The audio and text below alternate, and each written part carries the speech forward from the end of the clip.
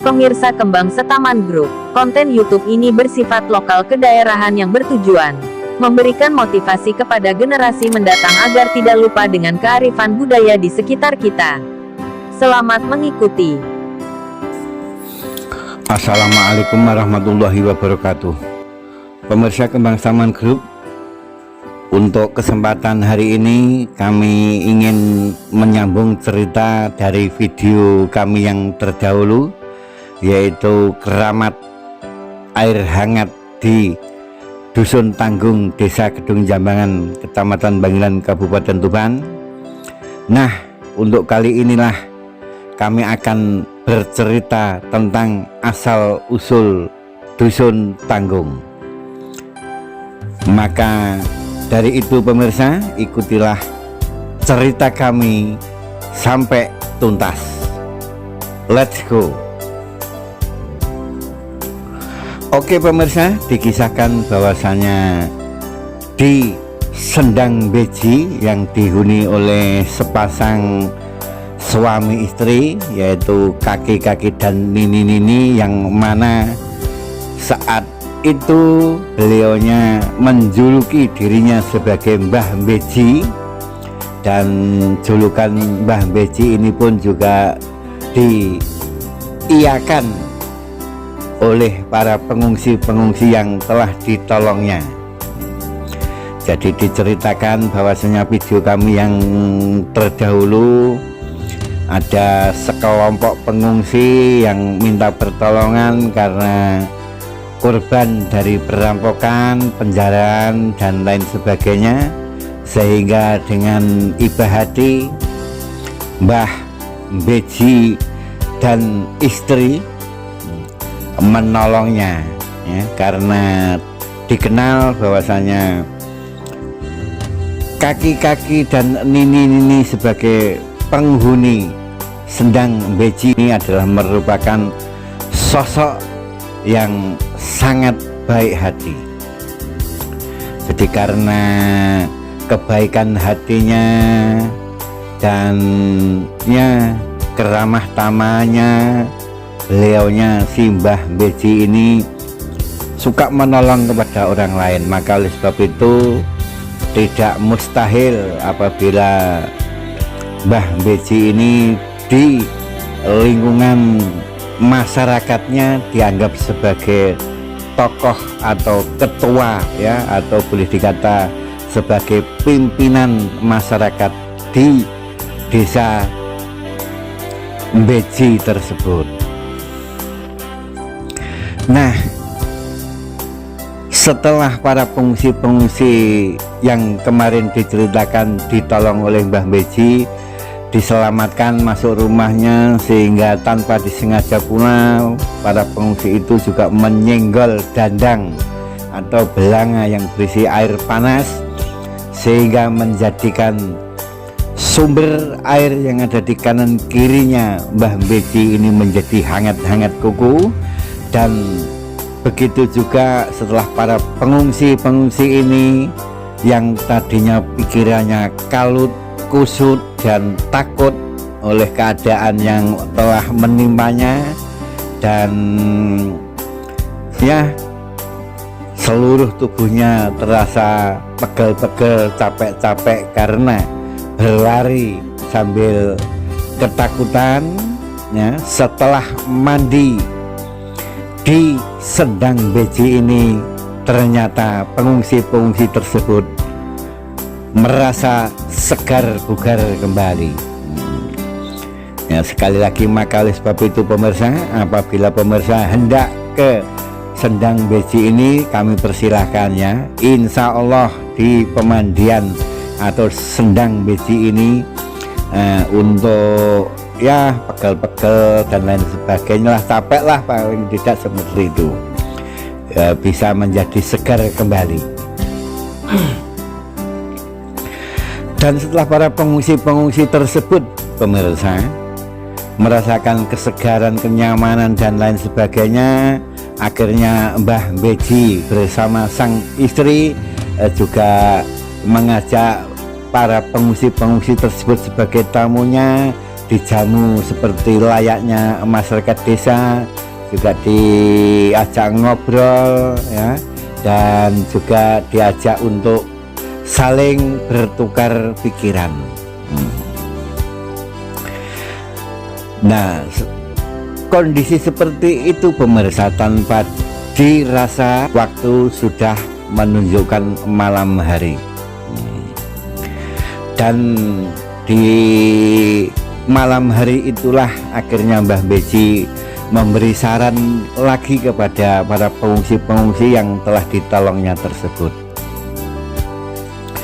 Bagaimana kalau sampean sekarang kembali lagi ke kampung halaman atau ke rumah sampean masing-masing? Soalnya ini kan sudah aman dan sampean juga sudah merasa enakan, merasa seger dan lain sebagainya. Dengan saran Mbah Beji yang seperti itu pemirsa, maka pengungsi-pengungsi tersebut secara serempak juga memberi jawaban. Oh begitu ya Mbah, memang ini saya sudah enakan Mbah, dan saya terima kasih di sini sudah ditolong, dikasih makan dan lain sebagainya. Namun begini Mbah, kalau saya kembali ke rumah saya atau ke desa saya, kelihatannya kalau malam ini masih bertanggung Mbah.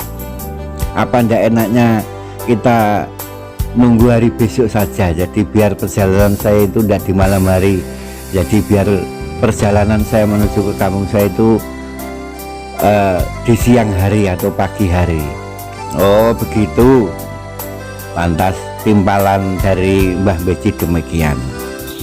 Ya, jadi karena dirasa para pengungsi ini disarankan waktu malam hari untuk kembali ke kampung halaman atau ke rumahnya masing-masing, namun para pengungsi ini justru memberi jawaban merasa bertanggung karena ini masih malam. Apa tidak baiknya saya pulang ke rumah saya itu besok siang atau besok pagi saja, demikian. Oh begitu. Ya gak apa-apa, kata Mbah Beji demikian.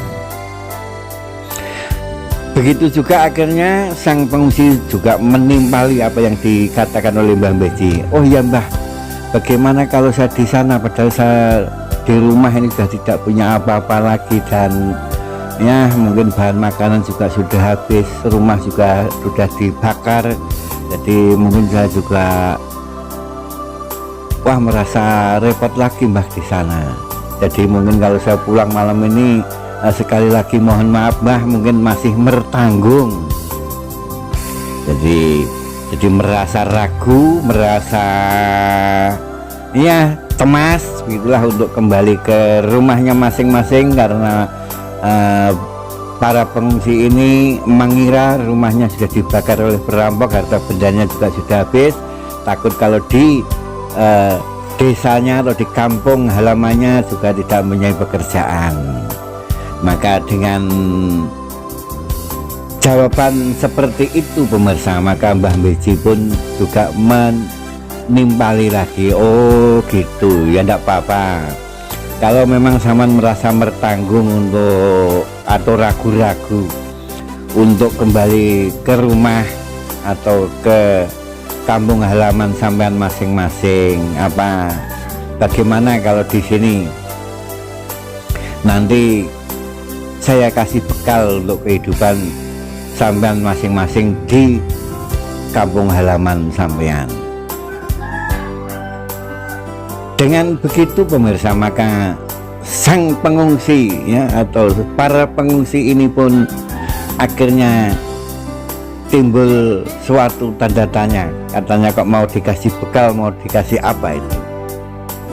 Jadi akhirnya sang pengungsi pun juga menjawab, duh kalau saya masih dikasih bekal apa Mbah? Apa saya disuruh di sini untuk tinggal di sini atau apa bagaimana Mbah? Atau saya membuka lahan baru dengan membabat ini hutan ini, bisa bikin lahan baru. Demikian kata sang pengungsi. Dan akhirnya Mbah Beji pun, oh gak usah, jadi kan sampan sudah biasa di kampung halaman sampan masing-masing.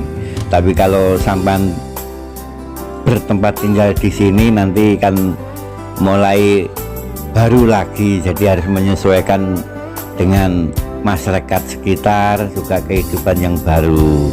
Jadi menurut saya lebih baik sampean pulang saja ke rumah sampean masing-masing dan jangan khawatir, nanti saya tanggung sampean untuk bekal hidup di kampung halaman sampean masing-masing.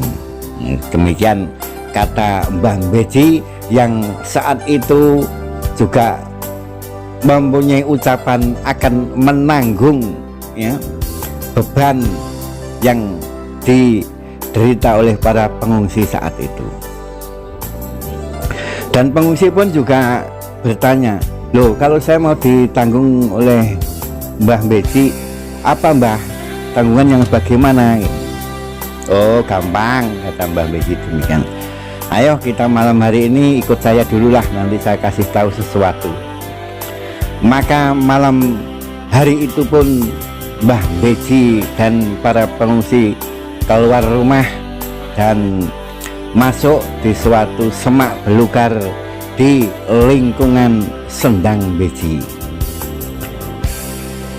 Dan saat itu pemirsa, Mbah Beji yang ada di depan dan para pengungsi mengikuti dari belakang, memperhatikan gerak-gerik Mbah Beji yang malam itu mengajak para pengungsi untuk keluar dari rumahnya. Dan betul sekali pemirsa, para pengungsi itu memperhatikan gerak-gerik dari Mbah Beji malam itu. Mbah Beji menyibak-nyibak semak-semak belukar yang ada di sekitar halaman rumahnya, dan akhirnya setelah semak belukar itu dibersihkan oleh Mbah Beji, terlihat sesuatu yang sangat menakjubkan atau di luar dugaan dari para pengungsi tersebut. Oh mbah, jadi ada juga pengungsi yang bilang begitu, mbah kok emas banyak mbah di situ. Nah, Mbah Beji mendengar ucapan dari pengungsi yang seperti itu, mengatakan kok ada emas banyak di situ. Mbah Beji hanya bilang, ya iya, jadi biasa saja, tenang, tidak usah rame-rame, tenang saja. Nah ini ya, ini emas ya, jadi logam emas juga banyak ini. Silakan sampean mengambil secukupnya untuk bekal hidup di kampung halaman besok. Oh iya mbah, terima kasih mbah. Akhirnya dengan saran demikian oleh Mbah Beji, maka para pengungsi pun juga mengambil emas atau lempengan-lempengan logam mulia yang telah dipertunjukkan kepada para pengungsi tersebut oleh Mbah Beji.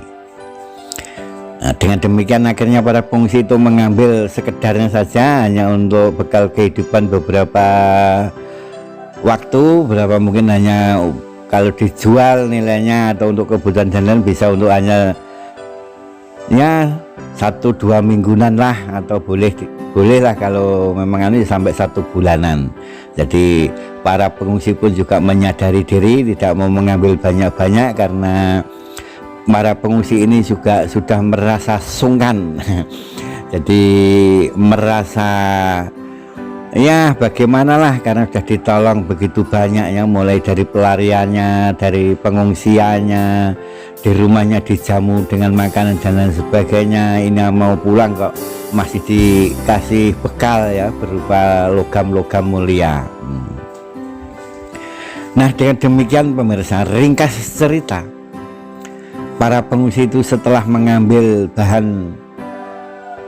bahan ya yang telah ditunjukkan oleh Mbah Beci tersebut, akhirnya Mbah Beci pun juga menutupnya kembali dengan semak-semak belukar yang tadinya disibak ke kanan kirinya, akhirnya dibetulkan kembali, dan tempat yang menyimpan logam mulia tersebut tertutup kembali dan tidak kelihatan di situ ada lubang, namun biasa rata seperti sedia kala. Nah, setelah itu maka Mbah Beci bersama sang pengungsi tersebut bisa pulang ke rumah Mbah Beci, dan sesampai di rumah maka beliau juga melanjutkan ngobrol santainya dengan para pengungsi. Nah, bagaimana, itu kan sudah cukup untuk kehidupan sampean, walaupun mungkin ya hanya sebentar, 1-2 minggu, atau ya paling lama bisa 1 bulan untuk sampean pakai yang menghidupi keluarga. Dan di samping itu ya kan tetap di sana masih ada pekarangan, tegal sawah dan lain sebagainya, jadi garap yang baik, jadi biar sampean memulai hidup baru di kampung sampean lagi. Oh ya Mbah, terima kasih, matur suwun Mbah, terima kasih. Demikian. Dan setelah itu pemirsa, sang pengungsi itu pun juga bertanya kepada Mbah Beci tentang logam-logam mulia yang didapatnya tadi malam bersama Mbah Beci. Oh ya Mbah, kok Mbah punya banyak harta karun di sini ya? Ya itu tidak harta saya, jadi itu hanya kalau kita butuh aja kita bisa ngambil, tapi ya sekedarnya, kalau banyak-banyak ya jangan buat apa tidak enak. Oh begitu ya Mbah, terima kasih Mbah. Jadi begini saja ya, silakan besok pagi sampean langsung berkemas-kemas untuk kembali ke kampung halaman sampean masing-masing, dan malam hari ini silakan untuk beristirahat. Oh ya Mbah, terima kasih. Sebelumnya juga saya mohon maaf dan sudah merepoti Mbah Beci sekeluarga. Tidak apa-apa, itu biasa. Hanya saja ya, apa Mbah yang hanya saja Mbah? Hanya saja karena sampean di sini tadi saya suruh kembali, katanya mertanggung atau tanggung, karena suasana masih malam sehingga sampean ragu-ragu, cemas dan lain sebagainya. Dan tanpa sengaja saya pun juga mengatakan saya menanggung beban hidup sampean. Akhirnya sampean saya kasih ya itulah bekal sedikit itu aja untuk melanjutkan kehidupan baru di kampung halaman sampean. Maka perlu sampean ketahui bersama, besok apabila ada ramainya desa ini, kita sebut saja desa ini sebagai desa tanggung. Dengan demikian maka sang pengungsi dan Mbah Beci pun akhirnya terdiam sejenak ya. Dan selanjutnya para pengungsi pun juga mengiyakan apa yang dikatakan oleh Mbah Beci, bahwasanya apabila besok terjadi ramainya zaman daerah sini yang ditempati Mbah Beci ini disebut tanggung ya, disebut desa tanggung ya. Karena apa? Karena ucapan dari para pengungsi tadi yang merasa mertanggung untuk pulang ke rumahnya masing-masing, dan tanpa disengaja Mbah Beci pun juga mengatakan menanggung biaya hidupnya dari para pengungsi tersebut. Nah, maka oleh sebab itu kesimpulan dari Kembang Setaman bahwasanya di lokasi Sendang Beci inilah merupakan cikal bakal dusun Tanggung, dan di Tanggung inilah juga merupakan cikal bakal munculnya tokoh yang bijaksana, yang arif, dermawan, dan berbaik hati kepada sesama. Maka oleh sebab itu pemirsa, jadi Tanggung ini merupakan suatu cikal bakal atau asal usul desa yang ada di Kedung Jambangan ini. Demikian pemirsa sekilas cerita dari Kembang Setaman Group. Adapun ada kurang lebihnya kami mohon dimaafkan. Akhirnya wabillahi taufiq wal hidayah wal ridho wal inayah. Wassalamualaikum warahmatullahi wabarakatuh. Karena bukti tertulis untuk referensi dari sejarah tidak ada, maka cerita ini tercetus oleh Kembang Setaman Group. Dan apabila ada kesalahan pendapat dikarenakan keterbatasan informasi yang kami peroleh. Mohon maaf bila ada kekurangan atau kesalahan dalam cerita ini. Terima kasih telah mengikuti Kembang Setaman Group. Semoga bermanfaat.